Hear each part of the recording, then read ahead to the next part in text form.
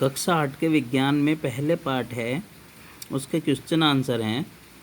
आधुनिक संचार का माध्यम है, ये बहुविकल्प हैं, इनमें 4 में से एक सही होता है, उस पर टिक करना होता है एग्जाम में। ओके, तो आधुनिक संचार का माध्यम क्या है? इंटरनेट।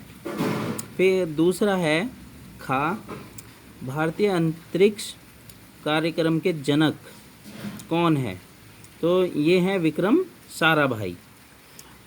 और गा है, सूचना एवं संचार प्रौद्योगिकी आईसीटी का आरंभ हुआ 2004 में। ऊर्जा के नवीकरणीय स्रोत कौन से हैं? सौर ऊर्जा। मतलब नवीकरणीय स्रोत कौन से होते हैं?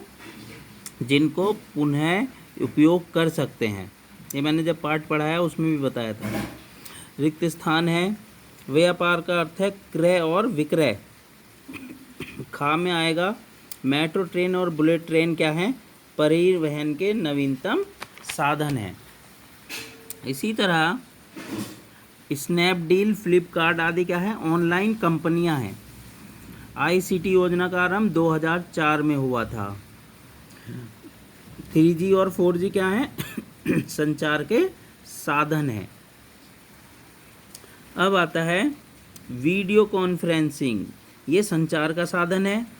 आईसीटी क्या है?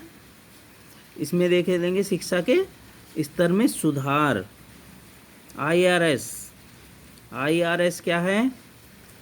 आईआरएस है भारतीय सुदूर संवेदन उपग्रह।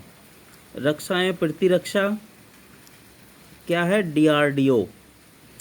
भूरी क्रांति कैसे संबंधित है? उर्वरक के क्षेत्र से। अब आते हैं आपके एक शब्द में आंसर देना है। राष्ट्रीय अनुसंधान समिति का गठन हुआ था नवंबर 1969 को। फिर है प्रक्षेपास्त्र विकास कार्यक्रम के अंतर्गत किसका प्रक्षेपण किया गया? बैलिस्टिक प्रक्षेपास्त्र, आकाश मिसाइल, ब्रह्मोस सुपरसोनिक मिसाइल का प्रक्षेपण किया गया। 20वीं सदी के सर्वाधिक सफल ऊर्जा के स्रोत क्या हैं? पेट्रोल, नाभिकीय ऊर्जा, सौर, पवन, जल और बायोगैस।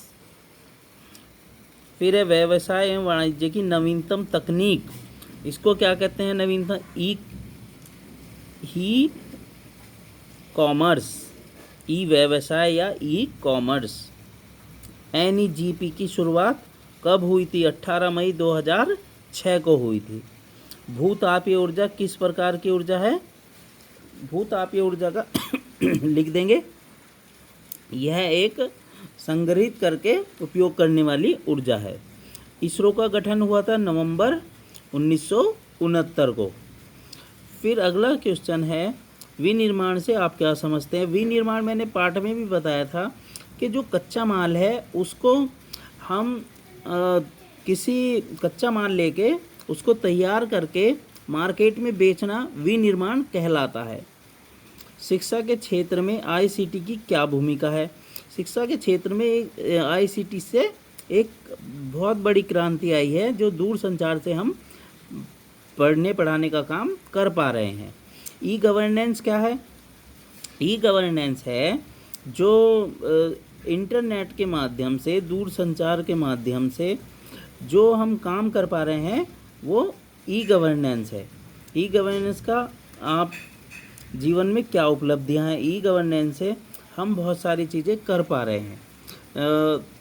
बिजली का बिल, कोई भी बिल हम घर बैठे जमा कर सकते हैं, और कोई भी सरकार का जो आदेश है वो हम ई गवर्नेंस से पा सकते हैं, मतलब हमें प्राप्त हो जाता है। ये ई गवर्नेंस है। व्यापार एवं वाणिज्य के क्षेत्र में ई कॉमर्स की क्या भूमिका रही है? तो व्यापार और वाणिज्य के क्षेत्र में ई कॉमर्स जो है बहुत अच्छी भूमिका निभा रहा है। इससे आदान प्रदान आराम से हो जाता है। चेक या इंटरनेट से पेटीएम, एटीएम, फ़ोन पे, ये बहुत सारी जो सुविधा आई हैं, इनसे व्यापार और वाणिज्य में बहुत अच्छा इनका योगदान है। इनसे हमें बहुत सहूलियत हुई है। ओके, सभी बच्चे इसको ध्यान से कर लेंगे। जो क्वेश्चन समझ नहीं आया है उसको लिख देंगे, मैं उसको दोबारा कराऊंगा। ओके।